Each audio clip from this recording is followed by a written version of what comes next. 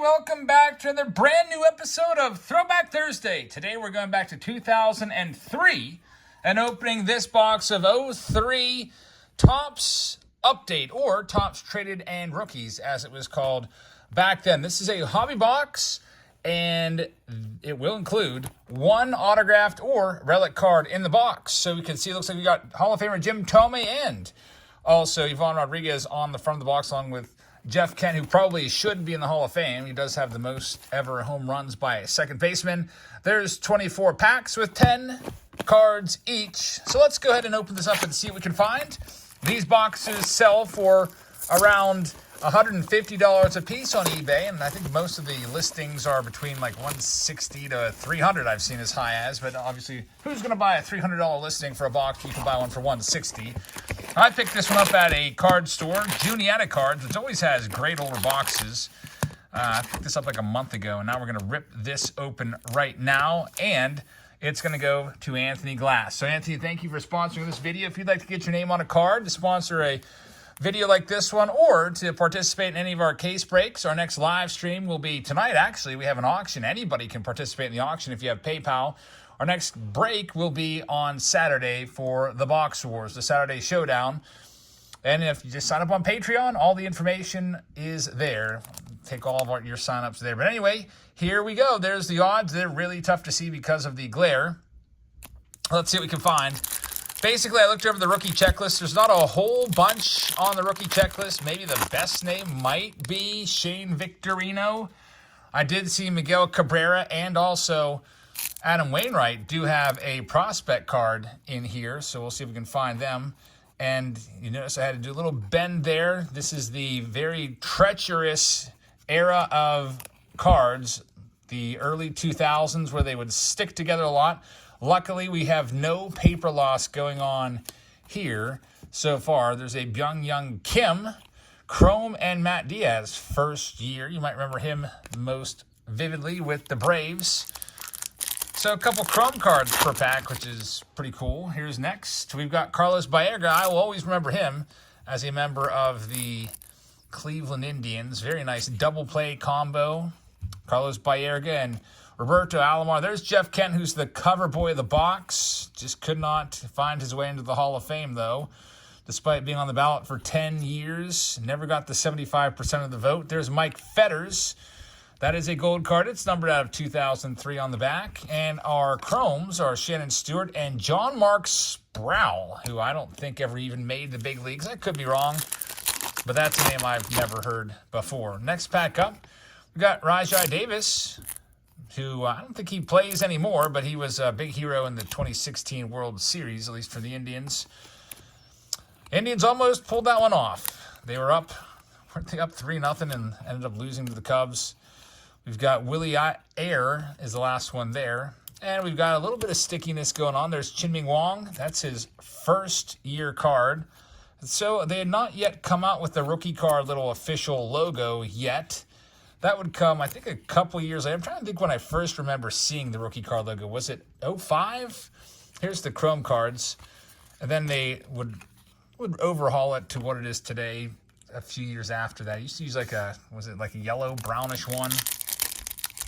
There's always some confusion in the hobby as to what's a real rookie card, because, for example, you can look at Derek Jeter cards from even 1995, and it looks like it's a rookie card. But, of course, it's 93. And Chipper Jones has that going on as well. It'd be like a 94 Fleer Ultra that says rookie on the front. Very misleading, as his rookie card was 91 Bowman. So just to kind of make everything more transparent, they started putting true rookie card logos on the cards. Oh, almost 20 years ago, and I like it. So there's Al Martin, former Pirate right there. We've got Ricky Henderson. Always looks weird to me in his... Ricky played for a lot of teams. In his Dodgers uni, kind of bounced around at the end. I will always remember him as an Athletic. Some of you may also fondly remember him as a New York Yankee. But for me, he's an A all the way. Speaking of the A's, they've been in the news today as they have agreed to a binding agreement to buy land for a stadium, but not in Oakland. In Las Vegas, there's Andres Galarraga, so the A's may be on the move. I wonder how long it'll take them to ship out, though. Cards are at least sticking together a little bit. Ron Coomer, formerly of the Twins, is sticking to John Flaherty. So we might see the A's move to Las Vegas within the next couple of years. Kind of sad, I guess, especially for the folks out there in L.A., or not L.A., sorry. Thinking of the Dodgers, Oakland. Next up, we've got Felix Sanchez. This will be the, third time the Athletics franchise has moved. They were in Philadelphia originally and then moved out to Oakland with a lot of teams kind of picked up and moved out there. The New York Giants did, went to San Francisco. Brooklyn Dodgers went out there, moved their team. There's another Matt Diaz. Eddie Perez, who was, he was Greg Maddox's personal catcher. Ben Fritz and Arnie Munoz there as well. So Eddie Perez, you knew he was getting the game at least once every fifth day. He wasn't a great hitter at all. Man, that sounded bad. That hurt. That one hurt. That sounded like I broke a bone on that little crackage right there. Again, around this era, a lot of cards stick together. I would love to do 01 Topps a little more, but I did it one time on the channel, and hey, there's our autograph. Mark Teixeira, nice one right there. That's an early Mark Teixeira card. His rookie card is 02, if I'm not mistaken. So a second-year Tex, Mark Teixeira. A lot of people thought that Teixeira could potentially be a Hall of Famer someday.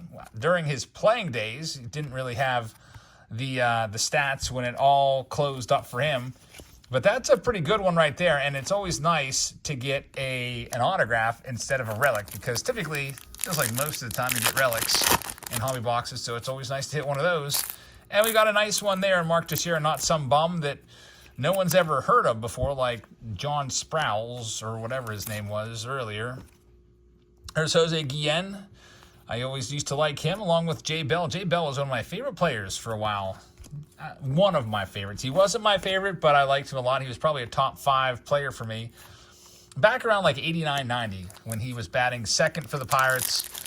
And his deal was he was consistently and always, you will remember if you're a Pirates fan from that era, he would always lay that bunt down. The sacrifice bunt, there was the leadoff guy got on. Jay Bell was bunting, and he was a whiz at it. And then, of course, all of a sudden he would get really powerful once he would go out to Arizona and hit like 38 or 39 home runs in a year. Kind of a real big blip on the radar. Not quite the Brady Anderson blip. Brady Anderson, right, you might recall, was that really speedy, wiry, skinny leadoff hitter who all of a sudden, what was it, like 96 or whatever, got really muscular and hit 50 home runs in a season at the leadoff spot. Back then, the good old steroid era where probably 60, 70, 75% of players were using the juice. There's Walter Young, former Pirates prospect, big dude, but never made it to the big leagues. It says on the back he was 296 pounds, 6'5". I don't think he ever made it. I do not remember him. There's John Vanderwall, who was a pinch hitter extraordinaire. John Vanderwall. And our Chrome cards, we have Steve Paris, who looks kind of mad to have to even go through with getting his picture taken, and Will Ledesma as the last one for Anthony Glass. All right, next pack up. You can see it says featuring Topps Chrome here, so I guess this may have been before the days when they would just go ahead and make Topps Chrome its own update set. Nowadays, you can get Topps Chrome update. There's Adam LaRoche Prospects card. He had a great career, Adam LaRoche. Jack McKeon. So we're looking for, hey, a bunch of prospect cards here. Weird. There he is, Adam Wainwright. So maybe all cut from the same sheet. And we're also looking for Miguel Cabrera as well. He's the other main one from this set. So there's Adam Wainwright back when he was a prospect. He could potentially be a Hall of Famer. This was a weird pack. All manager and prospect cards in there, which is kind of interesting. And Greg Colburn Chrome card right there. I remember him mostly from his days with the Expos. Here's our next pack. We've got Jay Sitzman. Jay Sitzman. Cannot say I ever remember hearing that name before. There's a couple. Clay Hensley, remember. I think he was a sidewinding pitcher. Prentice Redman. Do not remember him. The only Redman I remember is Tyke Redman. There's Michael Garcia-Parra. I would bet you that is a relative of Nomar. It looks almost exactly like Nomar Garcia-Parra. The face right there. If you blur your eyes a little bit, that would look like Nomar. I bet you that's his brother, although he was nowhere near as good as Nomar. Nothing else going on here. We have an Erebiel Durasno gold card. They're all numbered on the back out of 2003. And here, I always forget the chrome cards so I put them aside so I can kind of crack the other cards and get them separated. About halfway through this box. Hopefully you're enjoying your Thursday wherever you are. And as a reminder, we'll be live tonight once again with an auction. Be auctioning off some baseball cards if you'd like to come check it out. Probably will get started whenever the kiddos get to bed. It might be around 9 o'clock or so. I'll open up the room with the start time on it so you know. So check the YouTube app and it'll be there awaiting you. Next up, we got Eric Riggs and Julio Lugo there as well. So we have our next pack here. Omar Dahl is going to be the first card. A little bit of damage on the top of it right there. Almost looks like it's lost a bit of its border. A little white showing. There's Kenny Rogers. We've got Orlando Hernandez. Todd Zeile with the Yankees down there at Legends Field. Jim Thome, Hall of Famer. Jose Lima. Lima time was always fun. He was one of the pioneers of having fun in baseball before it was a thing. There might be cards sticking to that, by the way. Yeah, Shea Hillenbrand. Sticking to the back of Jose Lima. Of course, you probably have heard by now, Jose Lima passing away. Oh, how long ago even was that? That was a while ago, but very sad. What else is in the news today? Mad Bum, Madison Bumgarner, DFA'd, designated for assignment. He's been terrible this year for the Diamondbacks. They've lost 3 of his 4 starts. And he's just been wild, ineffective, not very good in general. And he hasn't been good for 3 years, honestly. I mean, he signed a nice $85 million 5-year contract with the Arizona Diamondbacks. And just has kind of stunk. Earned run average of 5 point something. We've got a nice, whoa, look at that. That's a sweet looking card. There might be something sticking to this Eric Riggs. Yep, it's Dusty Brown. It is a refractor prospect of Adam Wainwright. Very, very cool card right there. Here's the back of it. It's not numbered, but that is our first refractor of the box. And then we've got Gene Kingsgale, or what's that say? Kingsale. Never heard of him ever in my life. And there's another card sticking in the back. Corey Schaefer is the last one there. So very nice Adam Wainwright. That was one of the 2 that I targeted with this box. Was looking for the Miguel Cabrera and Wainwright. And hopefully getting a nice autograph. We got a prospect card of Adrian Gonzalez, who had a very solid career. So we got Agon right there. Let's see what else we have in this pack coming up. So, I don't know. Does Mad Bum, does he sign with somebody else? At this point, any team can have him. What's probably going to happen is he's designated for assignment, which means they have 10 days to trade him. Or he can accept a demotion to AAA if they choose to send him down. He's probably going to refuse that and become a free agent. Once he's a free agent, any team can sign him that wants him, and they can sign him for the minimum salary, which would just be the prorated portion of whatever it is now, $700,000 per year or whatever. And the Arizona Diamondbacks would pay the rest of that $85 million 5-year contract that's owed to him. So do the Pirates take a chance on him? Probably not. Pirates are looking to go more young. I think the fit that comes to mind for me is he goes back to the Giants, where he had so much success and is much beloved, obviously. Big part of their World Series runs. And also, it's a nice pitcher's park out there. We'll see what happens with Mad Bum. Next up, we've got Aaron Foltz. Looks like he might be like a groundskeeper or something, posing as an MLB player. Sorry if you're watching, Aaron. Just what crossed my mind there. Kenny Lofton, who I think should be a Hall of Famer, in my opinion, or at least should get some consideration, be on the ballot. He fell off immediately. There's now the Yankees skipper. Aaron Boone, we got Raul Mondesi, Joe Girardi once again, and Esteban Yan. That is a gold card. We're sleeving up the golds. We've got Paul Bacco and Dustin Yount is the last one there. All right, next pack up. Also in the news today, we had big blow up over Max Scherzer out in New York, which is pretty crazy because he was ejected for having sticky stuff on his hands. However, the sticky stuff that was on his hands was nothing more than what's legal. Rosin and sweat. There's Fred McGriff, Hall of Famer Fred McGriff. Really, really happy that he's getting a nice bounce on that grounder. There's Mark Bellhorn. So it looks like I think that Scherzer should appeal, and he's going to, and I hope he beats it. We'll see what happens. There's Jose Cruz Jr. I don't know if you ever saw the Trevor Bauer video from a couple years ago. Trevor Bauer did a video where he demonstrated how sticky rosin can be.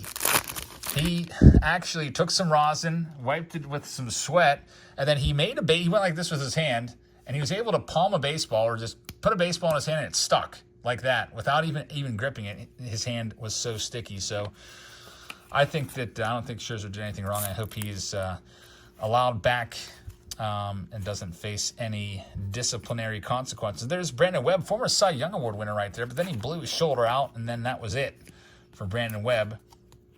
We got Carl Everett, gold card there as well, and here's our last couple.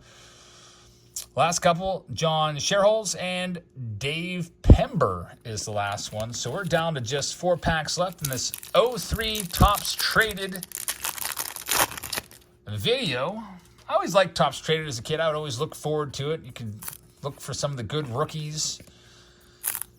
It used to be in the 80s, you used to have to buy a set. Remember buying that little 132 card set? That was always fun to buy and go through. And then they tried to put them into packs in 1990 and also 91. They made Topps Traded packs.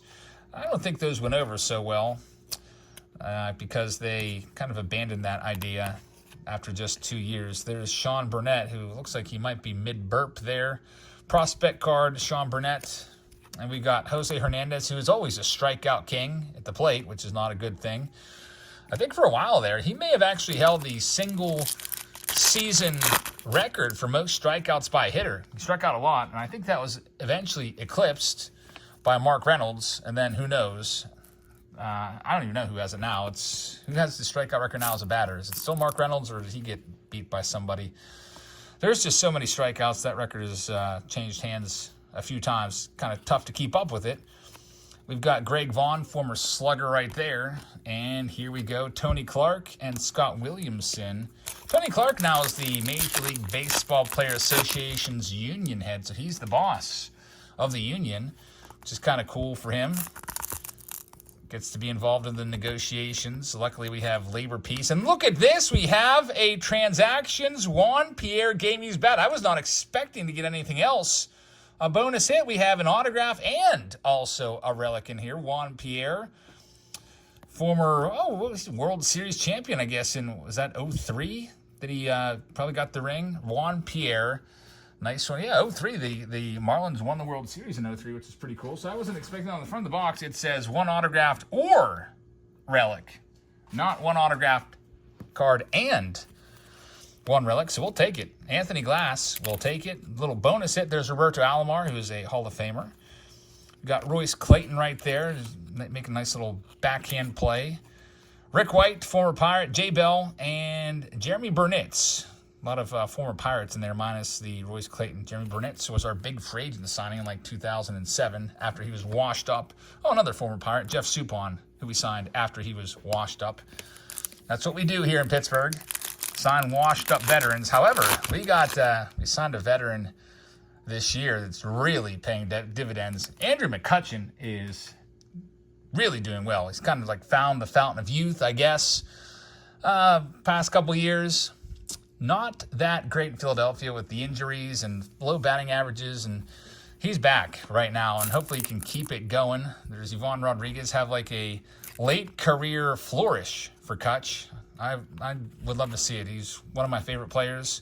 There's Ugueth Urbina, and we've got Ramiro Mendoza. Final gold card of this video is going to be Eric Owens for Anthony, and the final chrome cards, we've got Juan Pierre, there's a checklist, and Mike O'Keefe is the last one right there. So there you have it. That is 2003 Topps Traded. Again, those boxes run you about $150 on eBay if you want to grab a hobby box.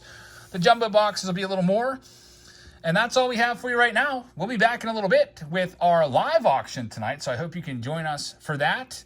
And if not, we'll be back tomorrow with, hopefully, it looks like we're going to have 2023 Topps Archive Signature Series, which is always a really fun release.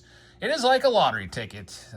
If we open a case of those, we'll have maybe like 12 to 13 cards that are worth $5 a piece or so, and then we'll have maybe one or two worth a whole bunch of money, and then we'll have a couple more that are worth, 50, 60 bucks. So it'll be fun. It's always a fun product. I love our Craft Signature Series. Check it out tomorrow. So thank you for watching. Have a great rest of your Thursday, and I'll see you all tomorrow or tonight in our live stream auction. Good night, everybody.